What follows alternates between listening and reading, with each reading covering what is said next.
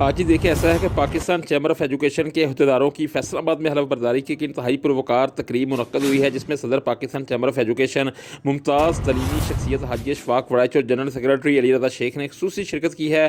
حلف برداری کی اس شاندار تقریب میں صدر chamber of commerce and industries Faisal آباد عاطف منیر، سابق صدر چیمبر آف کامرس فیصل آباد سکندر اعظم، ڈی ای او خضر فاروق سمیت فیصل آباد اور پنجاب بار سے ذمہ نے کثیر تعداد میں بھرپور شرکت کی ہے۔ اس موقع پر ڈویژنل باڈی کے علاوہ جنگ، فیصل آباد، ٹوبا ٹیک سنگھ اور چنیوڑ کے ضلعی ذمہ داران نے اپنا حلف اٹھایا۔ تقریب میں شریک فیصل آباد چیمبر آف کامرس کے موجودہ اور سابقہ صدور نے انتہائی محدود وقت میں پاکستان چیمبر آف ایجوکیشن کی شاندار کامیابی پر ان کو بھرپور خراج تحسین پیش کیا اور ان کو اپنے ہر طرح کے تعاون کا یقین بھی دلایا۔ اس موقع پر تقریب سے خطاب کرتے ہوئے پاکستان چیمبر آف ایجوکیشن کے صدر حاجی اشفاق وڑائچ اور جنرل سیکرٹری علی رضا شیخ کا کہنا تھا کہ نجی تعلیمی اداروں کے حقوق کے تحفظ کے لیے کوئی کسر نہ اٹھا رکھی جائے گی۔ حکومت پالیسیاں مرتب کرتے وقت تعلیمی اداروں کو اعتماد میں لے۔ 1.5 سال کے عرصہ میں پرائیویٹ سیکٹرز کے لیے ہماری خدمات ناقابل فراموش ہیں۔